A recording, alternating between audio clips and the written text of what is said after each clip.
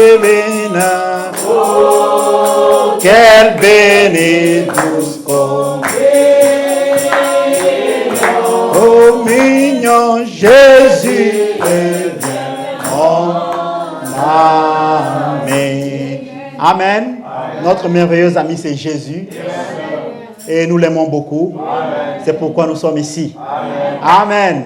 C'est par amour pour Jésus que nous sommes ici. Amen. Pendant que nous allons nous tenir debout pour lire la parole.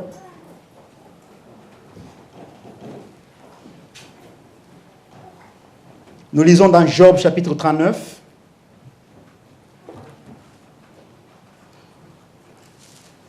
Job chapitre 39. Je pense que ce sont les 4 derniers versets. Ça dépend des Bibles. Certains mettent ça comme 26 jusqu'à 30. Dans ma Bible, c'est de 30 à 33. Les 4 derniers versets du chapitre 39 de Job. Et ça dit ceci. Est-ce par ton ordre que l'aigle s'élève et qu'il place son nid dans les hauteurs? C'est dans les rochers qu'il habite, qu'il a sa demeure, sur la cime des rochers, sur le sommet des monts. De là, il épie sa proie, il plonge au loin les regards, ses petits boivent le sang. Là où sont les cadavres, l'aigle se trouve. Amen. Nous pouvons prier. Seigneur Jésus, nous te bénissons pour cette écriture et nous croyons que tu l'as déjà révélée pour nous en cet âge. Te demandons seulement de la oindre pour qu'elle puisse tuer Goliath en ce temps de la fin, au nom de Jésus-Christ. Amen. Je vais vous faire une demande pendant que nous asseyons. J'aimerais que nous puissions avancer pour que moi aussi je puisse sentir votre écho. Vraiment, c'est mieux que vous avanciez, que nous soyons concentrés quelque part. Comme ça, nous avons... je sens aussi l'écho de l'Église.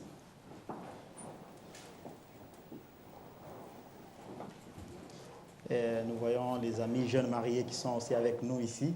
Frère Paul, tu avais reçu mon petit mot? Oui. C'était pour te déranger un peu. Que Dieu te bénisse. C'était un beau mariage.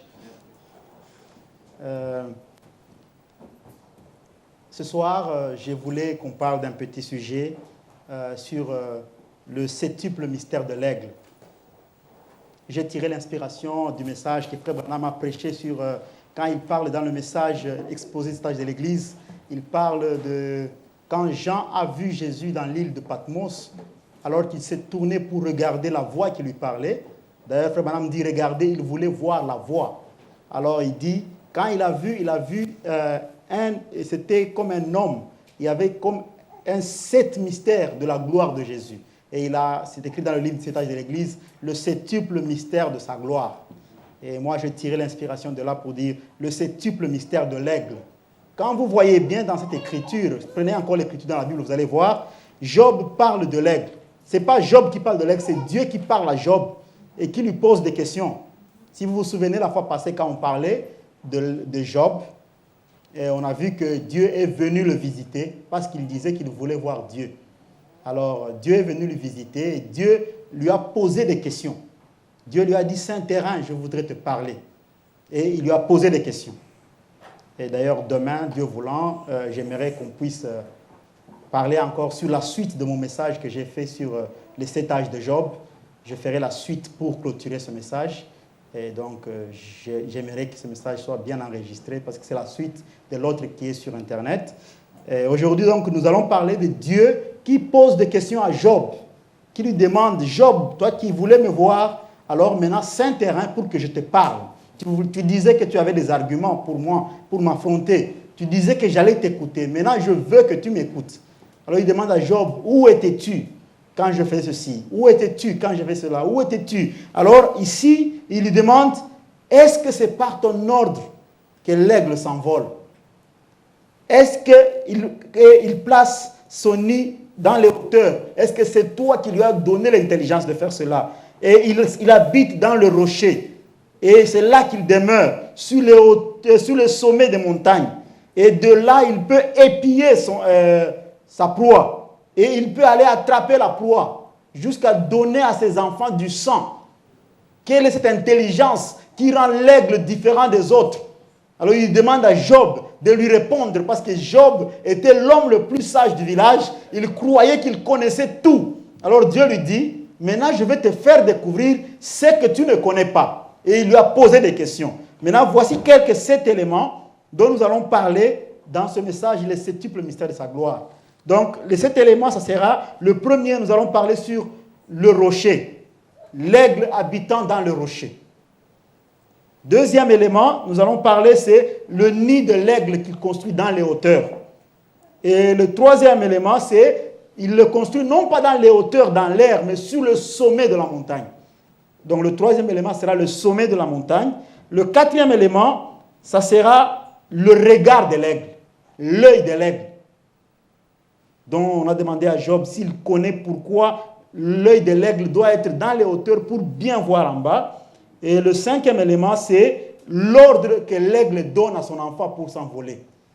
Le sixième élément, ça sera les petits qui se nourrissent du sang. Et le septième, c'est le rassemblement des aigles. Et donc, ça sera juste pour essayer de, comme dit Paul, consolez-vous par ces paroles. Même si nos bien-aimés sont partis à Caen et que nous sommes très peu nombreux, mais nous pouvons parler des choses profondes de la parole. Amen. C'est ça qui identifie les aigles. Même s'il est seul, il peut montrer ses prouesses.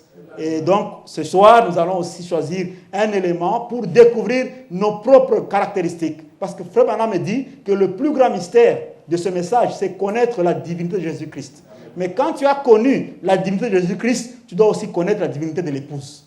Parce que Jésus et son épouse sont un. Et l'épouse, donc, si nous connaissons Dieu comme étant l'aigle, nous devons nous connaître nous-mêmes comme étant les aiglons.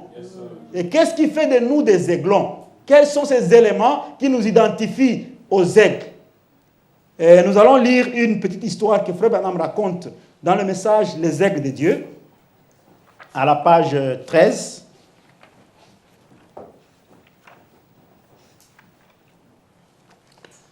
Pour introduire notre sujet, je pense que j'aurai besoin d'un peu d'eau parce que ma gorge peut bientôt commencer à craquer. Frère Branham dit dans le message des aigles de Dieu, page 13. Cette histoire, il la raconte dans beaucoup de brochures. Vous allez la trouver dans le message Le Sceau de Pâques. Il dit, un jour, un homme décida de faire couver une poule. Et il estimait qu'il n'y avait pas assez d'œufs sous elle. Au cours d'une de ses promenades, il avait trouvé un nid d'aigle. Et en y pénétrant, pendant l'absence de la mère, il en prit un œuf. Il ajouta à ceux qui étaient sous la poule. Et quand les œufs furent éclos et que les poussins sortirent, ce petit aiglon était vraiment drôle à voir au milieu de ces autres poussins. Et ça se passe aussi de cette manière-là dans les communautés. Donc ce monsieur, il voulait avoir beaucoup de poussins. Alors lui il se disait, comme le poussin sort d'un œuf, donc si je volais un œuf quelque part et que je le mettais sous ma poule, j'aurais beaucoup de poussins. Ce jour-là, il n'a pas eu un poussin comme les autres, c'était un poussin bizarre. Donc, il y a eu éclosion, il y a eu des poussins, mais il y a eu un autre oiseau dans le poulailler. Alors, cet oiseau lui a créé beaucoup de problèmes. Frère Branham dit, continue, il dit, ça se passe souvent comme ça dans les communautés. Quelqu'un se trouve différent des autres. Dans les églises, ça arrive aussi. Un homme tout à fait différent. Quand on veut parler de ceci, lui pose toujours une autre question. Quand on veut que les choses se passent comme ça, lui ramène toujours ce qu'on avait déjà oublié. Quand on veut que ça aille comme ça, lui il dit, mais et l'autre aussi. Alors tout le monde dit, mais pourquoi toi tu ne veux pas marcher avec les autres? Pourquoi toi tu penses toujours contrairement aux autres? Et il y a un message que Frère Branham a prêché, un drôle de personnage. Un homme tout à fait drôle. Donc on invite les gens, mais on trouve que lui il est différent des autres. Lui, il est drôle. Pendant qu'on parle, lui, il regarde ailleurs. Pendant que Simon tient un beau discours, lui s'occupe d'une femme. Ça, c'est un drôle de personnage. Ça attire l'attention vers lui. Et cet oiseau-là était aussi un drôle d'oiseau dans le poulailler. Il était là. Frère Branham dit, c'était vraiment un drôle de compagnon. Il ne comprenait pas les gloussements de la poule. Tantôt sur le tas du fumier, tantôt dans la cour, de la ferme, nous pensons organiser un grand souper collectif pour ce soir. Nous allons faire ceci et cela. Et oui, c'est réellement ainsi. Côte, côte, côte, comme le font les poules. Le temps des miracles est passé. Des choses telles que la guérison divine, ce n'est plus aujourd'hui. Côte, côte, côte. Pendant qu'ils font les coco des poules, lui, il était vraiment en dehors. Il s'étonnait, il disait, mais c'est quoi ce message? Est-ce qu'il n'y a que ça? Aujourd'hui, on prêche, on parle du football. Bon, on va faire une équipe de football dans l'église, vous voyez, c'est l'été, on va aller en vacances pour aller jouer au football. Il demande, mais c'est tout ce qu'on va faire dans les vacances. On dit, mais qu'est-ce qu'on va faire? C'est les vacances. Un drôle d'oiseau. Il était dans le poulailler. Mais il ne savait pas qu'il était drôle. Parfois, il marchait avec eux, mais parfois, il se retirait un peu pour les observer. Parce que ce qu'eux faisaient semblait drôle pour lui. Il n'avait pas un autre enseignement. On ne l'avait jamais enseigné. Il ne savait rien des autres oiseaux. Tout ce qu'il savait, c'est la poule. Mais quand même, c'était drôle pour lui. Quand il regardait, il disait, bon, je suis avec lui, c'est ma maman, mais je ne sens pas en moi que je peux le faire. Alors il dit, alors des choses telles que la guérison divine est passée, ainsi il mange toute la journée la nourriture souillée sur la terre, parsemée de parties de plaisir et de sorties en groupe, en tenue légère et tout assaisonné de spectacles divers, télévision et autres, etc. Mais ce petit-là était un aigle. Et toutes ces choses ne lui convenaient pas du tout. Son cœur s'est soulevé à leur odeur. Alors il dit, oh, jamais je ne pouvais le faire. Et il marchait au rond de ceci, et oui, il avait l'air d'être bien curieux. Un curieux compagnon, et lui-même pensait, j'ai sûrement l'air de passer pour un canard un peu fou au milieu de ceci. Mais moi, je vous dis une chose, frère, lorsqu'un homme est né pour être un enfant de Dieu, les vieux credos et les dénominations ne lui donneront jamais satisfaction. Absolument pas. Et toutes ces choses du monde que les églises modernes d'aujourd'hui mêlent à leurs activités, le sport, la musique, la récréation et les plus diverses, finissent dans la tristesse.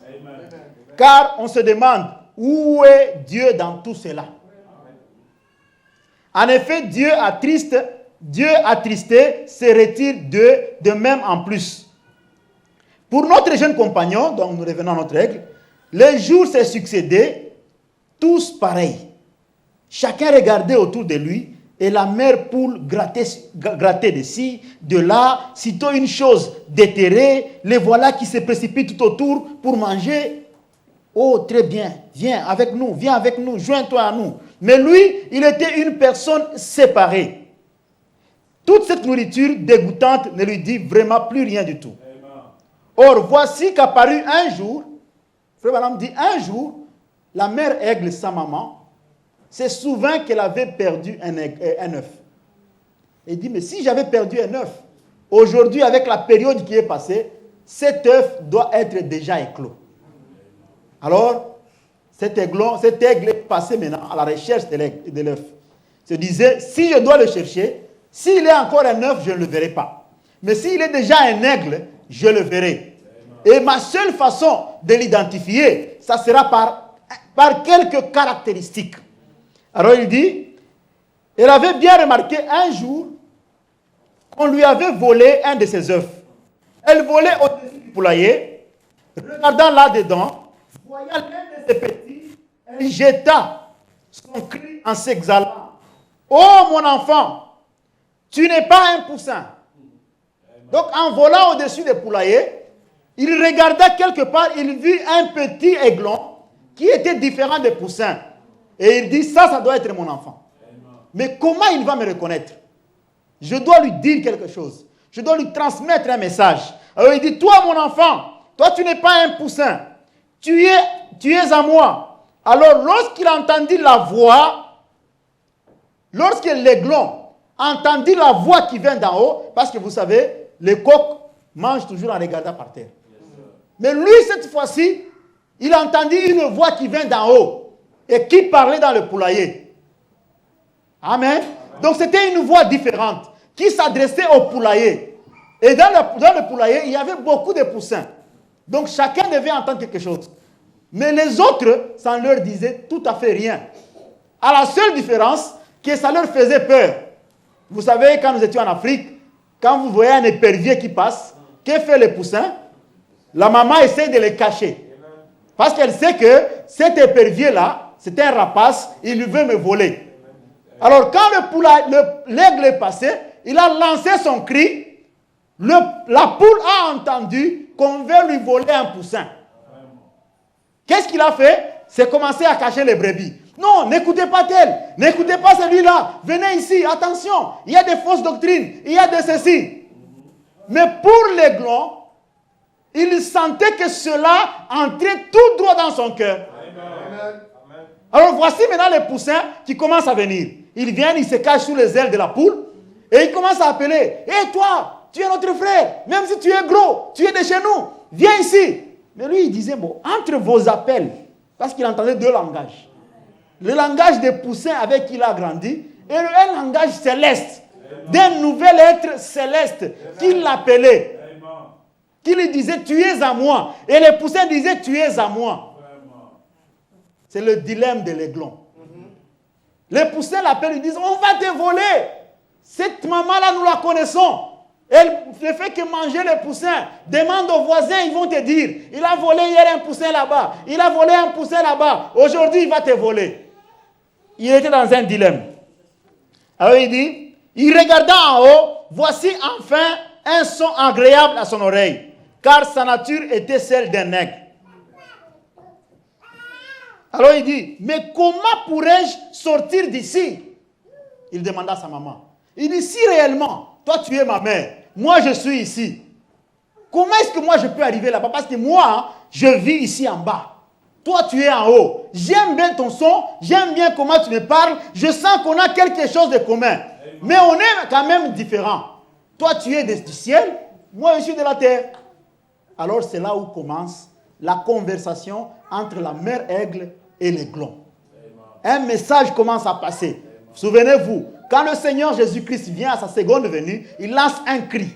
Et les enfants de Dieu qui sont dans les dénominations doivent entendre ce cri. Mais comment est-ce qu'on va entendre un cri qu'on n'a jamais entendu? Il faut qu'il y ait une séance de l'enseignement. C'est là où nous croyons que le cri des commandements, c'est un message terrestre. Parce qu'il faut qu'il y ait quelqu'un sur la terre pour nous expliquer le message céleste. Et voici maintenant l'aiglon qui est là. Un message lui vient d'en haut, en train de lui parler. Viens ici, je te veux ici, tu es à moi. Mais il ne comprend pas, il veut comprendre, il veut qu'on lui explique. C'est donc de ça qu'on va parler, les caractéristiques de l'aigle. Donc cette maman aigle doit donner les caractéristiques. La maman aigle va commencer à dire à son aiglon, regarde ceci, c'est différent de leur, non? Regarde ton bec, il est plus long que le leur. Regarde tes ailes, regarde toutes ces caractéristiques-là de l'aigle. C'est ça le message qui finit par identifier l'aiglon à s'accepter différent des poussins. Amen. Donc, il y a des caractéristiques, un ensemble d'éléments que la maman aigle va donner à l'aiglon pour la convaincre de quitter la dénomination. Pour la convaincre de se séparer des poussins. Et quand elle va aller au-delà du camp, c'est là maintenant qu'elle va lui dire, je suis maintenant au-delà du camp. C'est quoi l'enlèvement? Comment arriver jusqu'à toi? C'est là où il va lui enseigner. Regarde, si tu touches dans tes ailes, il y a des plumes là-dedans. Tu peux les battre une fois, tu peux les battre deux fois. Et ainsi de suite, ils vont se retrouver. Ça sera ça mon message. Alors, nous allons lire d'abord quelques éléments. Frère Branham dit, dans le message, donc le premier élément, ce sera l'aigle qui demeure toujours dans le rocher. Dans ce message, toujours, j'ai simplifié pour que je prenne un seul message, mais vous pouvez aussi trouver ça dans pareil à l'aigle qui éveille sa couvée, ou bien dans laisser échapper la pression. Frère Branham en parle. Il parle de l'aigle, comment il construit toujours son nid sur les rochers. Dans ce message, page 8, Frère Branham dit,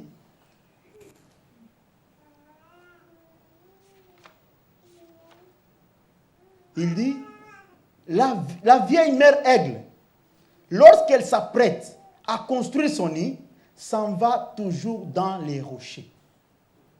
Amen. L'aigle ne peut jamais construire un nid si ce n'est dans les rochers. Ça ne peut pas aller sous un arbre. Parce que l'arbre, on peut le couper. L'arbre, on peut le brûler. Si vous mettez dans les branches de l'arbre, pendant le printemps, ces branches sortent. Mais souvenez-vous que quand l'hiver sera très chaud et quand l'été sera très chaud, les feuilles vont sécher. Et donc le nid peut tomber. Alors l'aigle a cette révélation-là. Et quand il a cette révélation, qu'est-ce qu'il fait? La première chose qu'il choisit, c'est chercher un rocher. Et lui-même, quand il a trouvé ce rocher, il va vivre dans ce rocher. Il va rester dans ce rocher. Il va s'habituer à ce rocher. Jésus a dit, sur cette pierre, je bâtirai mon église. Amen. Frère Branham dit, cette pierre-là, il dit, c'est aussi avec bonheur que je peux répéter, et sur ce roc, je bâtirai mon église, et les portes de l'enfer ne prévaudront point contre elle. Quel est donc ce roc? C'est la révélation spirituelle. Amen.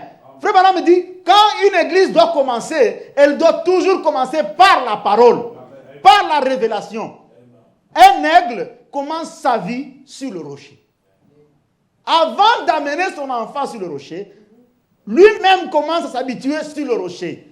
Il vit dans le rocher, il vit sur le rocher, il est au sommet, il descend dans les flancs, il va sur la terre, il voit ce qui vit autour, parce qu'il doit savoir qui est autour de moi. Amen. Il doit mettre sa vie sur le rocher. La deuxième chose, c'est que maintenant, quand il s'est habitué à ce rocher, il commence à penser comment y mettre un nid.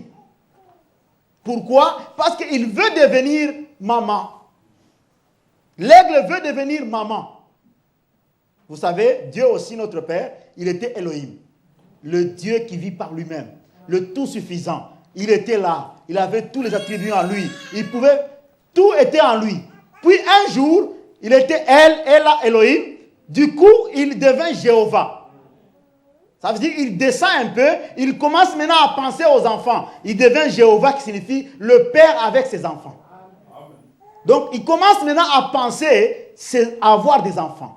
Et ces enfants déjà naissent dans sa pensée. C'est pourquoi il a dit à Job, où étais-tu quand les étoiles du matin poussaient des cris de joie? Donc, il fut un temps où Dieu s'est mis quelque part et il a pensé à tous ses enfants.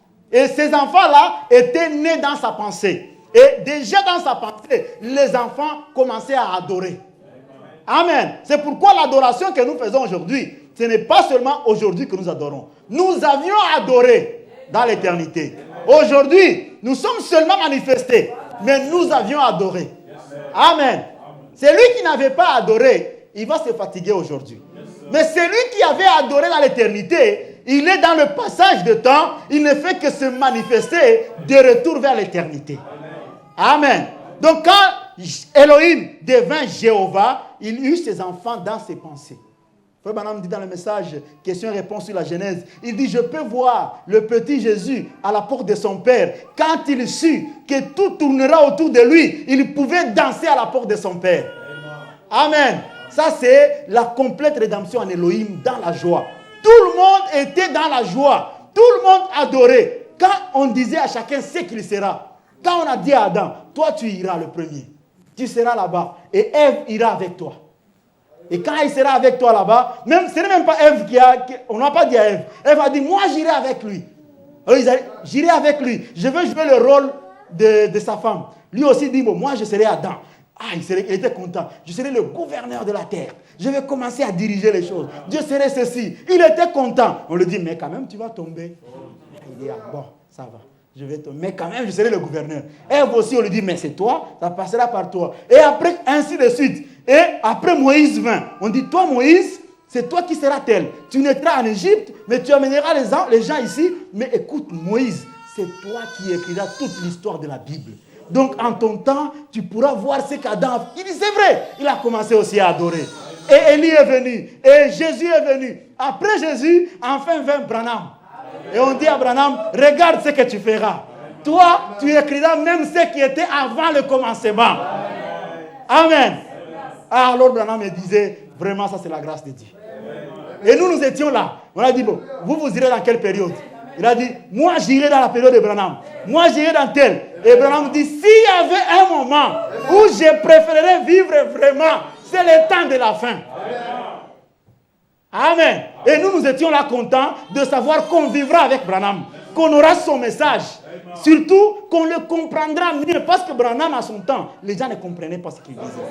Mais nous, quand nous venons maintenant, nous commençons à manipuler ça. Amen. Donc, l'aigle quitte de l'aigle Elohim, qui vit par lui-même, devient l'aigle Jéhovah, qui commence à penser à ses enfants, qui commence à penser à un nid. Il dit, je dois avoir un nid. Avant que l'enfant ne vienne, il faut qu'il y ait une profondeur qui va contenir sa profondeur. Frère Branham dit, avant qu'il y ait un poisson dans l'eau, il doit y avoir d'abord de l'eau. Donc quand tu es créé sur la terre, c'est que Dieu a déjà prédestiné les conditions qui vont t'accueillir. Donc l'aigle aussi commence à penser, il dit, bon, comme mon enfant viendra, il aimera ceci, je vais déjà commencer à prédestiner son nid. Il dit, son nid, je ne le mettrai pas par terre. Si je le mets par terre, un serpent peut venir et manger les os. Un voleur peut venir comme le voleur qu'on a lu là-bas. Il vient seulement, il veut remplir son poulailler, il vole un œuf. L'aigle dit, non, moi, je vais mettre ça au sommet. Je vais le mettre là-bas. Mais ce sera quel type de nid? Donc, frère Branham, tout ça s'expliquait dans le message. Si on se met à lire, parfois, on prend beaucoup de temps. Vous allez, si je vous recommande ce message, Les aigles de Dieu, si vous le lisez, vous trouverez Les aigles de Dieu prêchés le 4 mars 1960. Frère Branham explique toutes ces choses dont je parle. Il dit, pour construire son nid, il commence déjà à penser à ce que sera son enfant. Il dit, mon enfant, quand il naîtra, il aimera d'abord la douceur. Il aimera être bercé. Vraiment. Il aimera vraiment être pris vraiment comme un bébé. Mais il doit être dans un nid solide. Bon, qu'est-ce que je dois faire? Frère Branham dit, il sort d'abord. Il a déjà identifié la brousse. Il connaît où sont les sticks, où sont les arbres. Il va chercher les gros arbres qui peuvent bien tenir sur le rocher. Avec son bec, parce que Frère Branham dit, l'aigle, le mot aigle signifie arraché par le bec. Donc, avec son bec qu'on lui a donné à dessein, il va d'abord dans la brousse, il va arracher des gros morceaux d'arbres. Il va arracher des gros morceaux d'arbres. Et quand il les amène, les autres, il les prend dans ses griffes, qui sont bien forts. Et il vient, quand il les met là-bas, il commence à les accrocher dans le rocher. Il essaye de voir la partie du rocher qui peut bien maintenir le nid. Il accroche des gros arbres là-dedans. Puis il vient, il prend l'autre branche moyenne, il le met autour, il essaye de faire son nid. Et après, là-dedans maintenant, quand le nid est fait avec la fondation, il met des épines. Il prédestine les épreuves. Amen. Il n'y a rien de nouveau sur la terre. Tout ce qui nous arrive a été prédestiné. Les épreuves sont déjà prédestinées. Voici l'aigle qui prédestine déjà les épreuves de ses enfants. Il met les épines dans le nid. Mais il les cache. Qu'est-ce qu'il les cache avec quoi? Frère Branham dit, il va sortir et aller chercher des petits animaux avec des poils douces. Il les tue, il les mange et il prend la peau. Il amène ça, il va mettre maintenant pour tapisser le nid. Ainsi le nid devient très doux. Alors quand il a fini, il dit, voici le nid de mon bébé. Maintenant le bébé peut venir. Amen. Alors quand le bébé vient, il vient dans la douceur. Il trouve la douceur, il trouve l'atmosphère, il trouve la chaleur. Et il dit, moi je resterai ici. Amen. Là il est au sommet sur un rocher. Au sommet, Frère Branham me dit, dans le message Demeure future, ou même dans Jésus tient tous ses rendez-vous, il dit, si vous voyez bien, le sommet, quand vous voyez un billet de $1, vous allez voir, c'est écrit le sceau de l'Amérique. Il dit, vous allez voir une pyramide. Et sur la pyramide, il y a toujours une pierre de fête. C'est ça le sommet de la montagne. Et c'est là où Dieu construit le nid de son aigle. Dans la pierre de fête, dans le sommet. C'est là où les enfants naissent.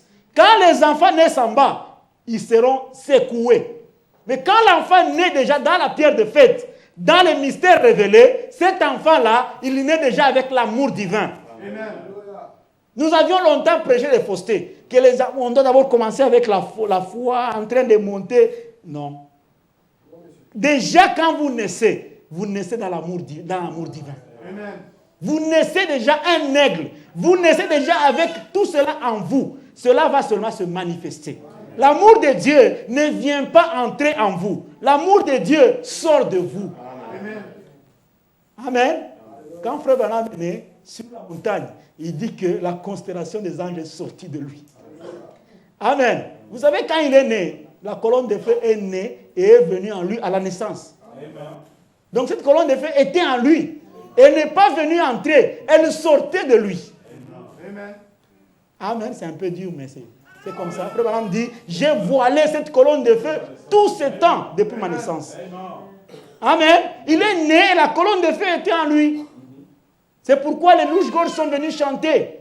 Ils ont chanté pas pour Branham, mais pour la colonne de feu qui retournait dans un homme. Amen. Frère Branham dit, ils ont chanté pour l'homme qu'ils voulaient sauver à la croix. Ils n'ont pas su. Ils le voient revenir dans la chair humaine. C'est pourquoi ils ont chanté. Amen. Donc nous naissons déjà, en tant que fils de Dieu, nous naissons avec l'amour de Dieu en nous. Et cet amour de Dieu va se manifester. Et donc, un enfant de Dieu prédestiné, il naît avec la parole en lui. Cette parole-là, elle est tellement couverte par des saletés autour. Ce sont ces saletés-là qu'on doit enlever. Et quand on les a enlevées, cela va se manifester. Il dit, maintenant regardez l'œil de l'aigle. Quand vous voyez ce billet de $1 là, vous allez voir que dans cette pyramide-là, il y a l'œil.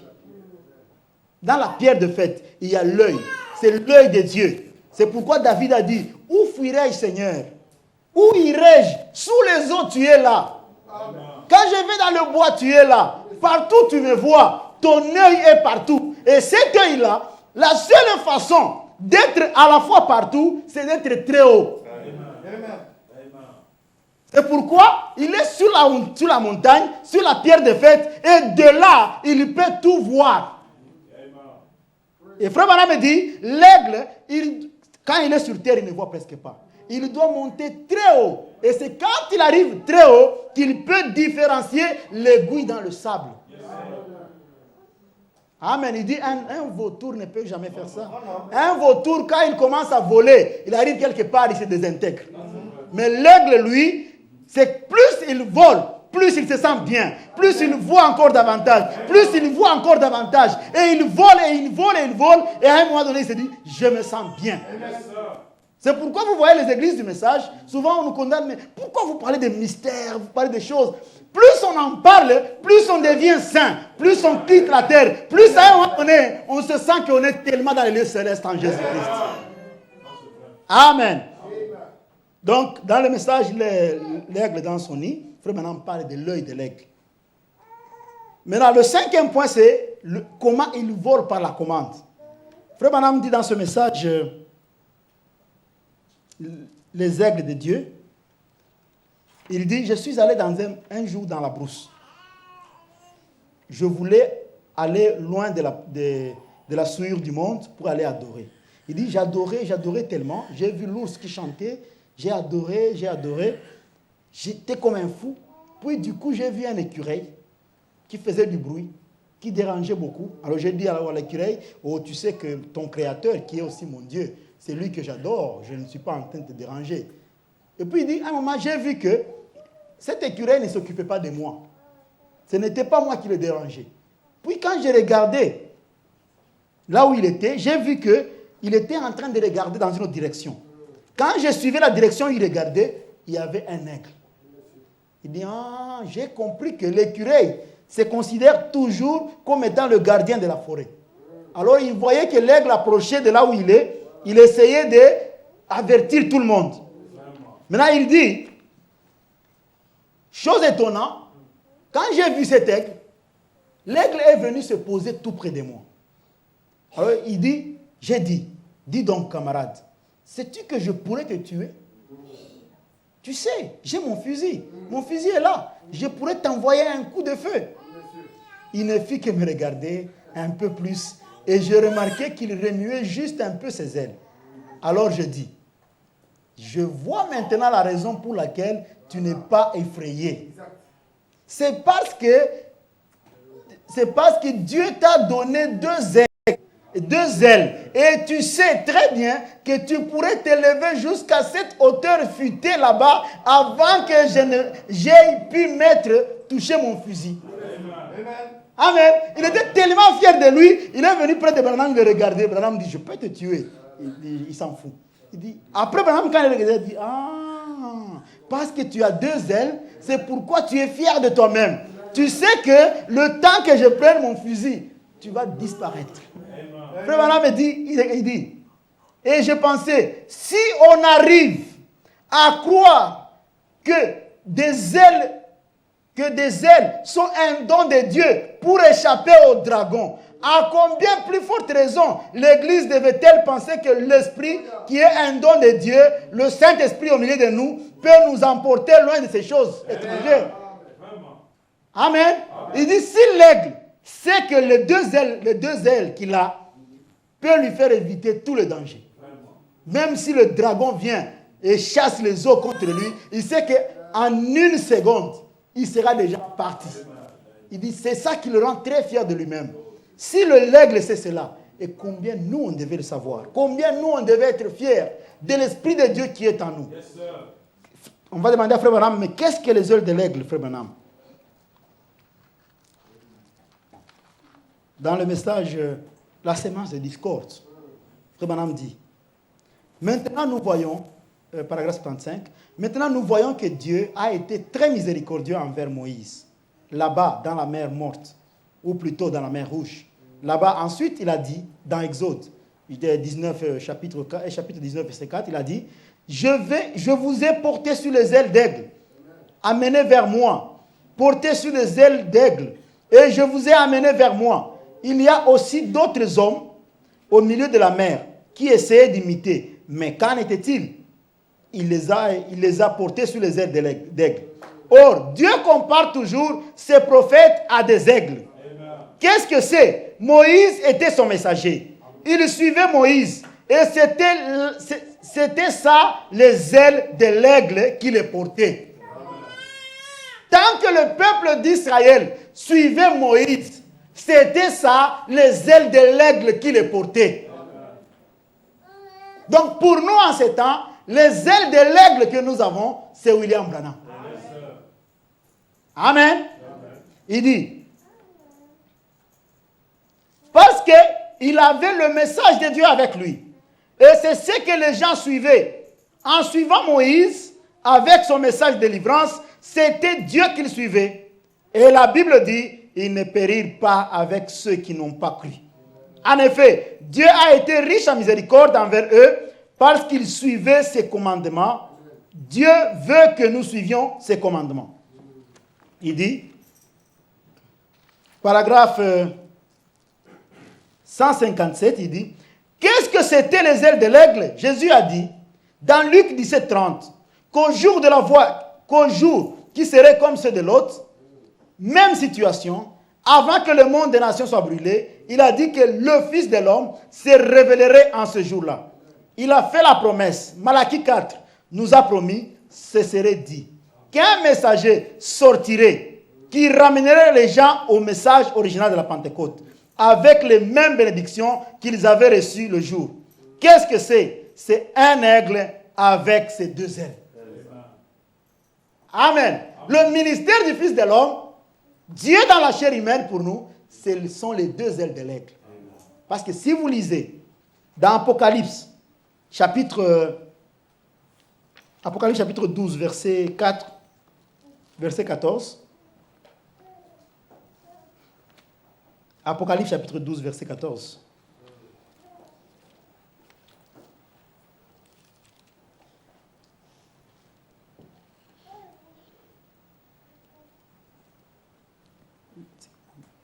Verset 13. On peut commencer à 13. Quand quelqu'un peut lire pour nous, ma version de la Bible n'est pas très bonne, je ne peux pas la lire. Donc, quelqu'un a trouvé? Chapitre 12, verset 13 jusqu'à 14. Quand le dragon vit qu'il avait été précipité sur la terre, il poursuivait la femme qui avait apporté la femme mâle. Et les 2 ailes du grand peuple furent données à la femme, afin qu'elle s'envolât au désert vers son lieu où elle est nourrie autant de temps et la moitié d'un temps, loin de la face du serpent. Amen. Donc vous voyez que la prophétie, Jean a vu déjà la femme qui avait la lune, le soleil sur sa tête et la lune à ses pieds. Et elle était là, et elle avait 12 étoiles. Et Jean a vu que le dragon voulait avaler l'enfant que cette femme allait accoucher. Et Frère Branham dit que cet enfant, c'est l'Église, qui est dans les douleurs de l'enfantement, pour donner naissance au Fils promis, qui est la nouvelle naissance. Il dit, mais en ce moment-là, c'est là que le dragon, l'Église catholique, les catholiques romains, dans le message de la marque de la bête, il en parle. Il dit, c'est là que le catholique romain veut attaquer l'Église. Il dit, mais l'Église, ou cette femme-là, si rien n'est fait, elle sera engloutie. Si rien n'est fait, cet enfant qu'elle va accoucher sera avalé. Il faut que 2 ailes de l'aigle lui soient données. Et qu'est-ce que les 2 ailes de l'aigle? C'est un prophète. Donc, c'est un prophète qui vient comme Moïse. Et même au-dessus de Moïse.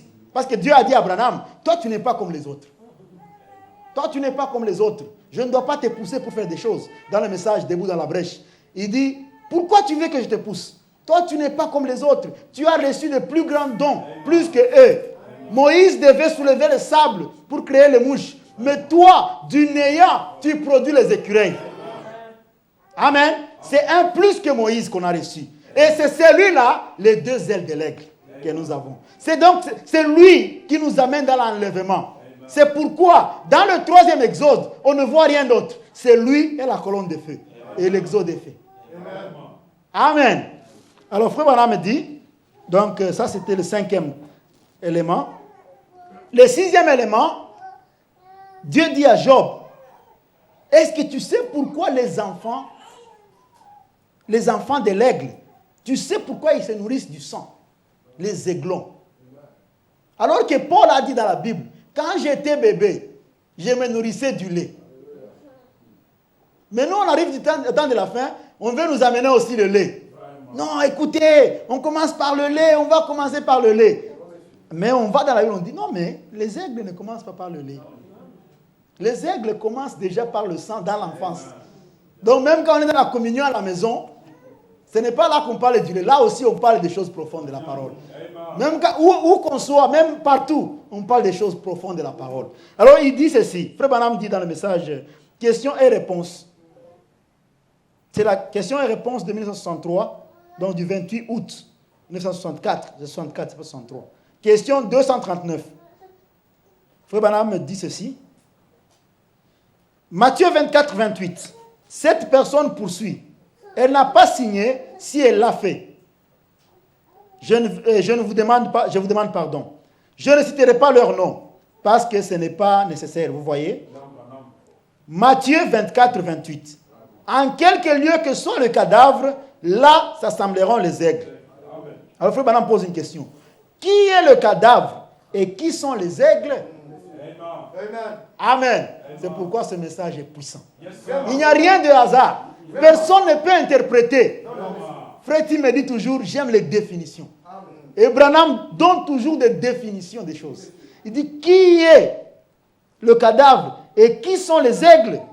Eh bien, c'est une bonne question. Il n'y a rien à redire là-dessus. Qu'est-ce que le cadavre? Le cadavre, c'est ce dont les aigles se nourrissent. Or, un aigle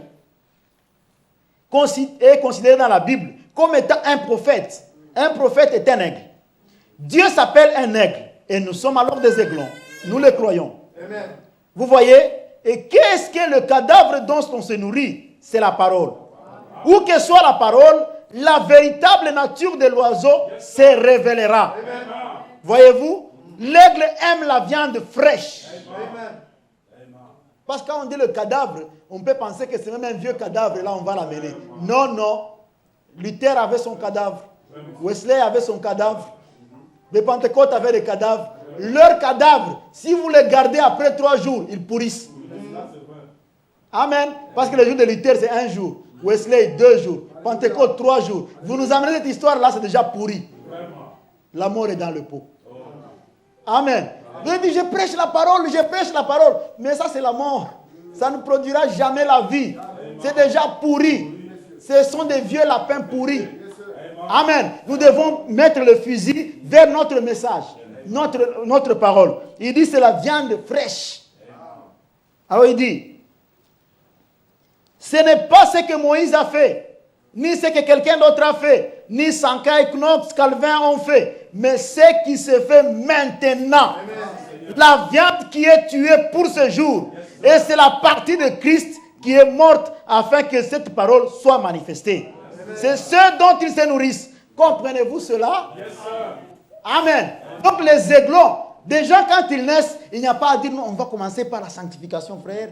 Et on va commencer par la justification d'abord. Tu vois, lui il est nouveau. Il faut éviter de parler de grandes choses les dimanches parce que c'est là où les nouveaux viennent. Même les nouveaux, dès qu'ils naissent, le sang. Vraiment. Amen. Amen. Tout le monde veut le sang. Vraiment. Tout le monde, même les vieux, le sang. Parce que Frère Branham me dit, l'aigle, quand il devient vieux, il a une propriété en lui de se rajeunir. Qu'est-ce qu'il fait? Le même rocher là, qu'il a construit pour son enfant, lui-même vient se cogner dans le rocher. Et quand il se cogne dans le rocher, il rajeunit. Les vieilles plumes tombent. C'est le même rocher nourrissant les enfants et les vieux. Amen. Il n'y a pas de rocher différent. Le même rocher qui nourrit les enfants et les vieux. Et le 7e élément, c'est que c'est là où est le cadavre, c'est là que se rassemblent les aigles. Amen. Ça, c'est l'écriture que nous connaissons tous. Dans Matthieu 24, 27, il est dit, comme l'éclair part de l'Orient vers l'Occident, ainsi sera la venue du Fils de l'homme. Et là où sera le cadavre, là se rassembleront les aigles. Amen. Les gens ont dit à Frère Branham, comme tu as déménagé vers l'ouest, devrons-nous aussi te suivre à l'ouest? Est-ce que c'est là qu'il y aura le rassemblement? Il a dit non, non. Le rassemblement se fait dans la parole. Amen. Mais remarquez un truc. L'éclair part de l'Orient à l'Occident. Mais cet éclair-là, quand il s'est manifesté à l'Orient, où est-ce qu'il a eu plus d'adorateurs? C'est au nord. En Europe, pendant les âges, c'est là où il y a eu des Européens qui ont cru, des Romains. Déjà Paul, dès qu'il l'a reçu, il n'a pas cherché beaucoup d'Hébreux. Il a quitté l'Europe. Il a produit beaucoup d'adorateurs ici en Europe. Maintenant, quand il se révèle en Occident, où est-ce qu'il produit les croyants? Au sud, en Afrique. Je suis très fier d'être un Africain. Amen. Ce message ici, il y a quelque chose pour les Africains. Amen. Ça, c'est notre message. Frère Branham a dit, l'Afrique enverra des missionnaires pour prêcher aux Blancs. Mais quand nous sommes ici, nous ne prêchons pas aux Blancs.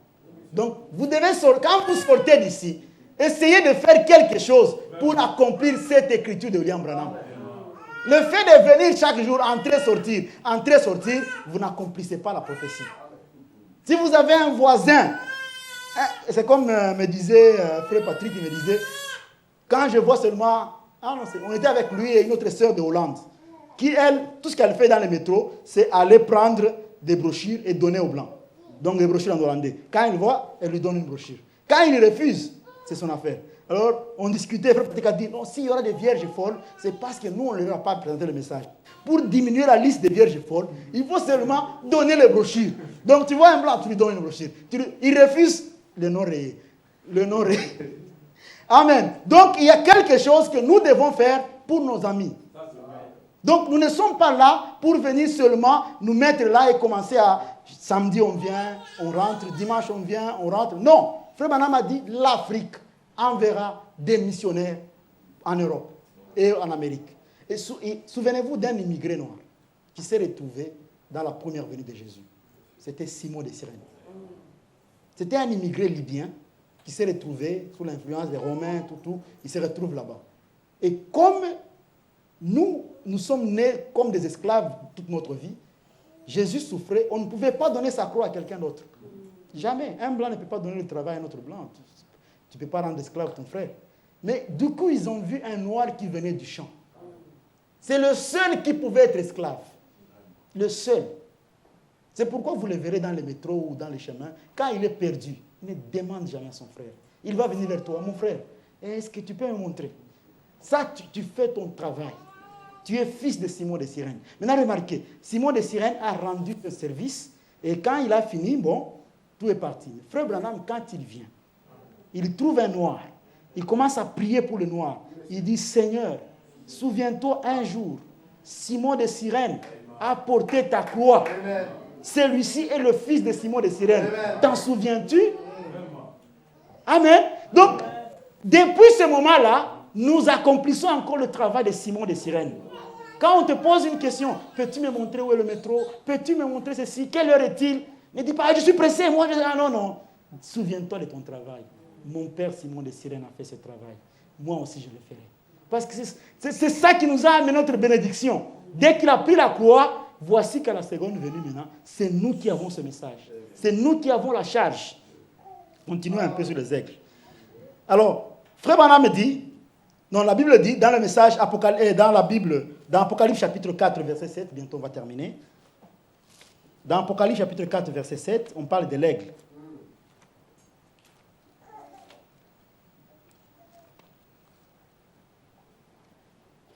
Celui qui trouve peut lire pour nous. Apocalypse chapitre 4, verset 7.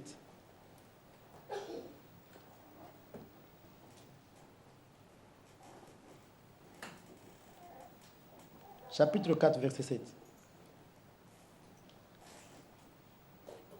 Quelqu'un a trouvé? Le premier être vivant est semblable à un lion. Le second être vivant est semblable à un lion. Le troisième être vivant à la face d'un homme. Et le quatrième être vivant est semblable à un aigle qui vole. Oui. Vous voyez maintenant le quatrième être vivant. Nous revenons encore à l'aigle. L'aigle qui était dans l'Ancien Testament, l'aigle qui était Dieu lui-même, puis qui a été comparé à Moïse. Voici cet aigle encore, nous le voyons encore ici dans l'Apocalypse. Il est dit que le quatrième être vivant était semblable à un aigle. Pas n'importe quel aigle, mais un aigle qui vole. Les Anglais l'appellent spread eagle. Donc c'est un aigle qui a les ailes ouvertes, prêtes pour s'envoler. Maintenant, cet aigle-là, il vient au moment où, sur la terre, nous avons autre chose. Si vous lisez l'Apocalypse chapitre 6, il est parlé d'un messager qui était la mort. Il y avait un cavalier qui était la mort. Donc, il y avait, ce cavalier-là, il avait rassemblé le cheval blanc, le cheval rouge, le cheval noir. Tous les trois condensés ont donné un cheval pâle.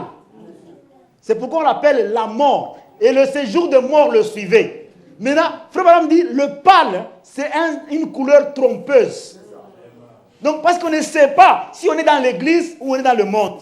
On ne sait pas si c'est la politique ou c'est la parole. On ne sait pas si c'est la femme qui prêche ou c'est l'homme. On ne sait pas, parce que l'homme, il vient parler, mais il ne dit que c'est que sa femme a dit.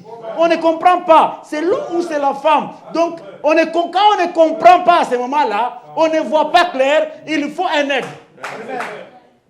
C'est pourquoi le quatrième être vivant est semblable à un aigle. Quand le cavalier était noir, on savait qu'il est noir. Tout est clair qu'il est noir. On a amené un homme. Parce que l'homme raisonne. L'homme connaît le noir. Et il sait que le noir, il y a ceci, c'est l'absence de couleurs. Il peut raisonner. Luther, Wesley ont raisonné. Et ils ont fait l'œuvre des humains. Ils ont fait leurs efforts. Pour ajouter à ceci, cela, ajouter à ceci, cela, pour aller en Afrique prêcher. Mais quand le diable a compris cela, il a changé de couleur. Il est devenu une couleur pâle, qui veut dire la confusion. Dieu a dit, il faut un aigle. Et pas n'importe quel aigle, un aigle qui vole. L'aigle qui vole, parce qu'il doit aller dans les hauteurs. Quand il arrive dans les hauteurs, il peut identifier qu'est-ce que cet animal est en train de faire. Amen. Maintenant, regardez. Dans Apocalypse 18, maintenant, le message de cet aigle-là. Apocalypse chapitre 18, verset 1 jusqu'à 4.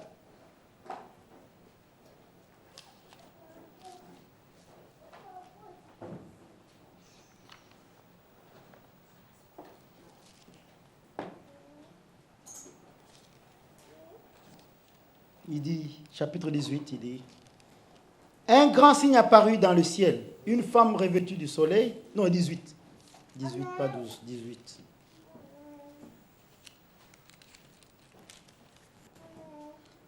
Après cela, je vis un autre ange descendre du ciel.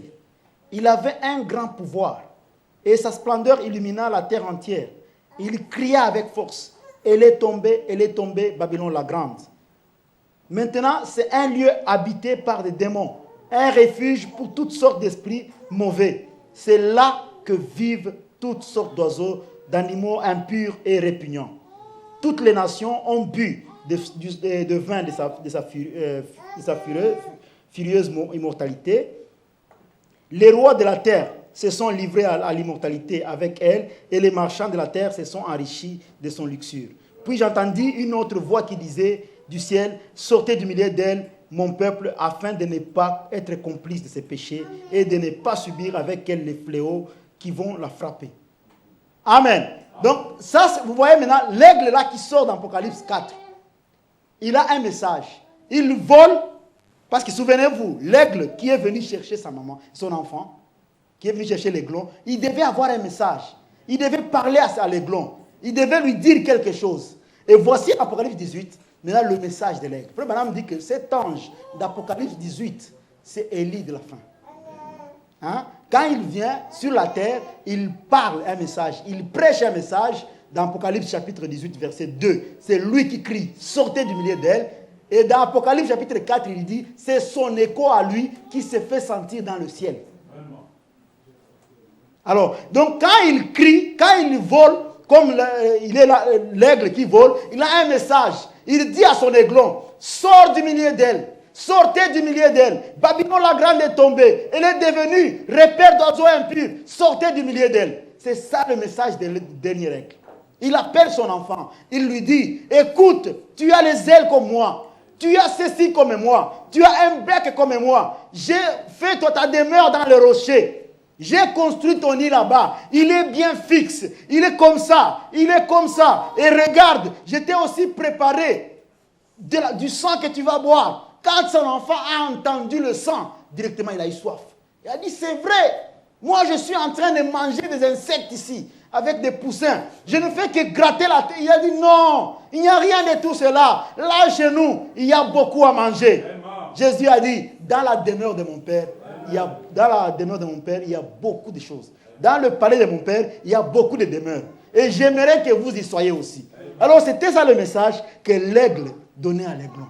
Il y a beaucoup de demeures dans mon domaine. Il y a beaucoup de ceci. Ta place est préparée. Alors, quand il est sorti, il est allé au-delà du camp. Maintenant, l'aiglon a dit, comment pourrais-je arriver là-bas? C'est là qu'il lui a dit, regarde, il y a le mystère de cet honneur. Il y a les deux ailes que tu as là. Parce qu'il marchait comme ça, les poussins, ils marchent comme ça. Hein? Alors, maintenant, il lui a dit, non, toi, on t'a appris à marcher comme ça, mais essaye un peu d'ouvrir tes ailes. Il dit, comment ouvrir les ailes, ça signifie quoi? Il dit, ouvre ça, déploie-toi. Quand il a ouvert, il a vu que, Frère Branham dit, un aigle peut faire jusqu'à 4 mètres. Il a vu que c'était très large. Et toute cette démonstration se faisait pendant que les poules étaient là, cachées, et ils regardaient. Il disait, mais c'est quoi? C'est une folie. Qu'est-ce qui se passe? Qu'est-ce qui se passe? C'était vraiment comme un grondement de tonnerre, comme une détonation qui se faisait, et ils vont se cacher pendant que l'autre jubilait. Amen. Et il était là, et quand il a déployé les ailes, il a dit, ces ailes-là t'ont été données pour l'enlèvement. Alors essaye de les déployer. Essaye de les déployer. Fais ceci. Il essaie la première fois, il essaie la deuxième fois, et la troisième fois, il était au-dessus. Comme il n'était pas habitué, il commença à tomber un peu. Voici la maman qui vint et le porta sur ses ailes. Et là, ils se rencontrèrent dans les airs. C'était vraiment un spectacle vraiment honorable. C'était la rencontre de la maman aigle et de son aiglon. Et c'est ça le message que je voulais vous donner. Il y a des caractéristiques de l'aiglon que nous sommes. Donc, ces caractéristiques-là, c'est ce que nous sommes, c'est ce qu'est notre mère. Et il ne nous l'a pas donné seulement pour que nous soyons là en train d'en parler, mais c'est pour que nous le mettions en pratique. Si nous avons un bec corché qui peut aller arracher, c'est là le moment d'aller arracher. C'est aller arracher la révélation, aller arracher ces branches d'arbres très gros pour venir construire l'aigle et le nid pour un autre aiglon qui va naître. Quand on a besoin du sang, il a dit, j'ai déjà pourvu pour vous de la place où les aiglons peuvent se retrouver. Parce que, voyez aussi une autre chose que j'allais oublier. Ça, tous les animaux ont leur cri. Nous savons que le lion, il rugit. Et c'est ce qu'on appelle les 7 tonnerres. Parce que c'est le rugissement du lion. Mais vous savez ce que fait l'aigle? Il sonne de la trompette. L'aigle sonne de la trompette. Et donc nous sommes dans le message. Quand vous voyez dans le message, le temps est le signe de l'union. Frère Branham me dit, il y a une confusion. Parce que les 7 anges des âges de l'église, chacun n'avait pas de trompette. Paul, on a dit à l'ange de l'église d'Éphèse, à l'ange de l'église de Thyatire, de Smyrne. Il dit, maintenant quand on arrive au 6e ange, et on arrive au 7e ange, on dit à l'ange de l'église de Laodicée. Maintenant regardez, quand les 7 anges qui ont des trompettes commencent dans Apocalypse 9, on parle d'eux, arrivé dans Apocalypse 9, dans Apocalypse chapitre 9, on saute le 6e ange de la trompette jusqu'à aller dans Apocalypse chapitre 11. Maintenant, il dit dans Apocalypse chapitre 10, il y a un autre ange qui, on dit, à la voix du 7e ange, quand il sonnera de la trompette. Donc, c'est un ange qui a à la fois une voix et une trompette. Parce que quand vous suivez nos frères là qui ne croient pas au tonnerre, qu'est-ce qu'ils disent? Ils disent Apocalypse 10, ce n'est pas Branham. Parce que le 7e ange là d'Apocalypse 10, c'est un ange qui a la trompette. C'est pour les juifs. Mais non, frère Branham a dit ça dans le message, le temps et le signe de l'union, paragraphe 100. Il dit c'est un ange dont la voix ressemble à une trompette. Et pourquoi? Parce que c'est un aigle. Il doit sonner de la trompette. Et quand il sonne de la trompette, ses enfants entendent sa voix. Amen. Que Dieu vous bénisse. Amen. Donc demain, nous allons nous retrouver encore ici. Donc j'aimerais qu'on parle sur un autre consolateur. C'est la suite du message que j'ai fait avant. Alors je serai très content vraiment que je puisse le terminer demain. Et je ne vous prendrai pas beaucoup de temps, mais quand même ça prendra un peu de temps pour terminer l'enregistrement. Que Dieu vous bénisse. Merci beaucoup, pasteur.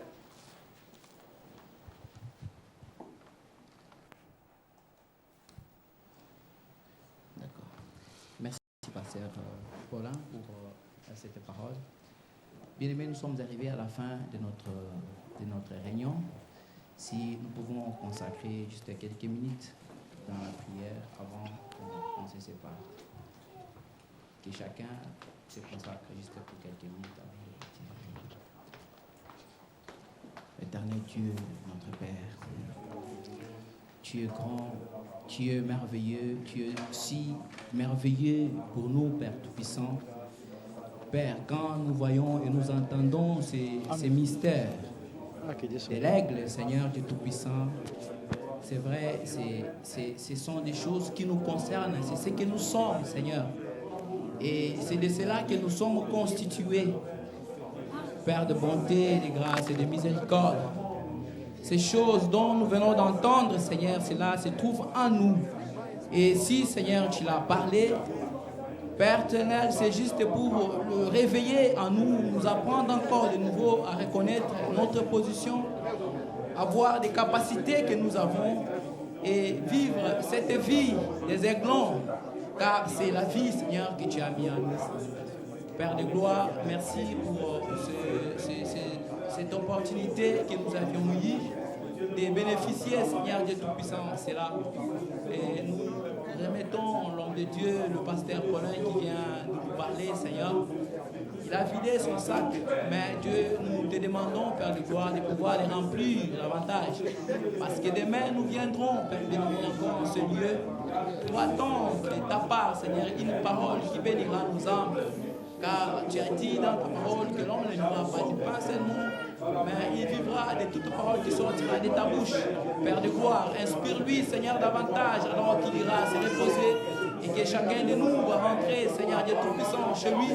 Père, que tous ensemble nous puissions avoir, Père Tout-Puissant, une disponibilité de cœur, une atmosphère, Seigneur, qui nous permettra, Père Tout-Puissant, que demain, quand nous allons revenir, Seigneur, que nous puissions être dans le spectative, d'entendre, Seigneur Tout-Puissant, tes oracles.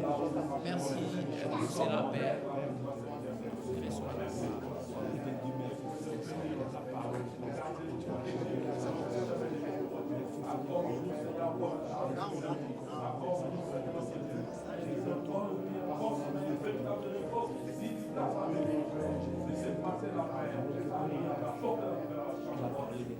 encore revenir, Père, au Sénégal, comme la richesse, Père, et qu'on puisse se bénir chaque jour de manière spéciale, Père, avec ces chrétiens pour qu'ils puissent entendre, Père, et ça puisse nous apporter, Père, la victoire.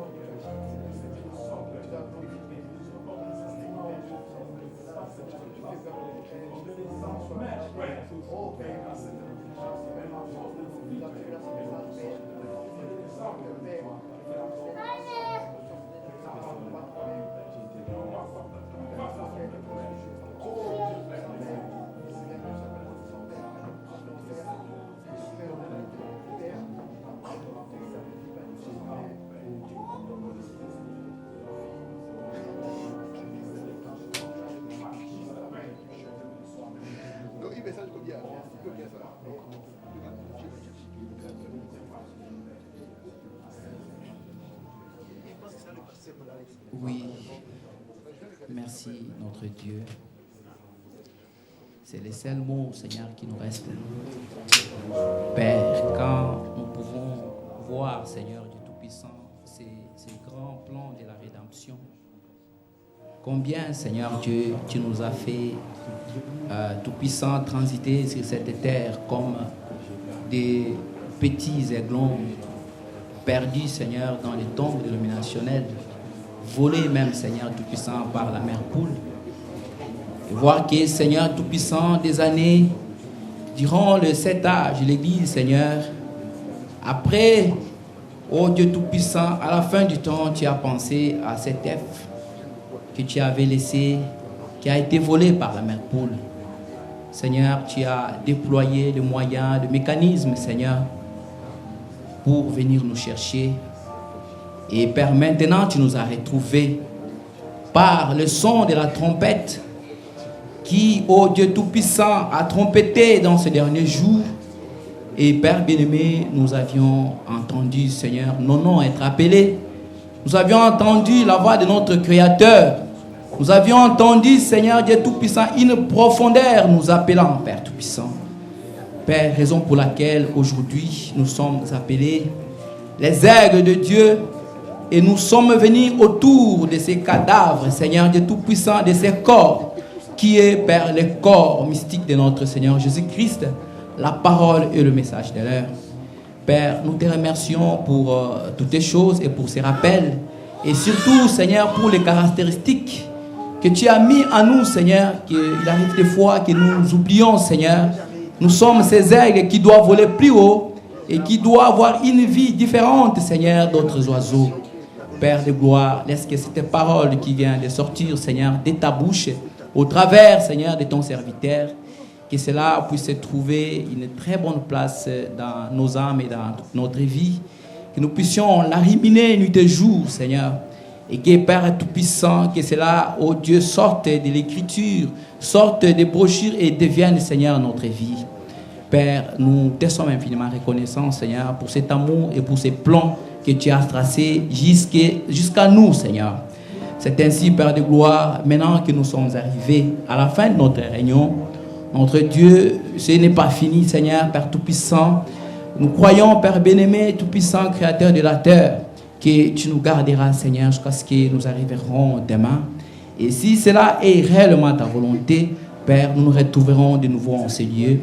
Puisses-tu préserver tout un chacun sur le chemin de retour, Seigneur. Que le même Saint-Esprit, l'onction qui a été au milieu de nous, Seigneur Tout-Puissant, puisse accompagner chaque famille de tes enfants. Créateur, Dieu Tout-Puissant, si telle est ta volonté demain, Seigneur, que nous puissions nous retrouver dans ta maison, Père de gloire. Sans oublier l'homme de Dieu, le pasteur Tout-Puissant, Tout-Bien-Aimé, Paulin, qui a parlé, Seigneur, de ta part, notre Dieu. C'est l'instrument que tu as utilisé ce soir. Nous te prions de pouvoir le oindre et le bénir, Seigneur, richement. Penser à sa famille et dans tout ce qu'il est venu faire ici en Belgique. Seigneur Dieu, accorde ce qu'il est en train de faire pour toi, pour ce royaume, Père Tout-Puissant. Bénis-le, Seigneur Tout-Puissant, bien-aimé, richement. Père, nous nous soumettons tous entre tes mains, pensant au même moment à notre pasteur et nos bien-aimés qui sont à Caen. Seigneur Dieu, puisse le même Saint-Esprit, Seigneur, les assister aussi, Seigneur. Et Père Tout-Puissant, tout ce que nous apprendrons d'eux, quand nous apprendrons que ça a été Tout-Puissant, c'était très bien que tu les as visités, nous ne manquerons pas de te remercier. Père, reçois à toi seul, Père Tout-Puissant, la gloire, l'honneur et la majesté au siècle des siècles. Dans le nom de Jésus-Christ, notre Dieu, nous te demandons ainsi. Amen. Merci, bien-aimés, nous avons fini. Je demanderai à ceux qui sont derrière de commencer à sortir. Donc le programme n'a pas changé. Demain nous aurons la réunion comme d'habitude. Donc venez à l'heure de la réunion, nous aurons nos réunions comme d'habitude. Que le Seigneur vous bénisse.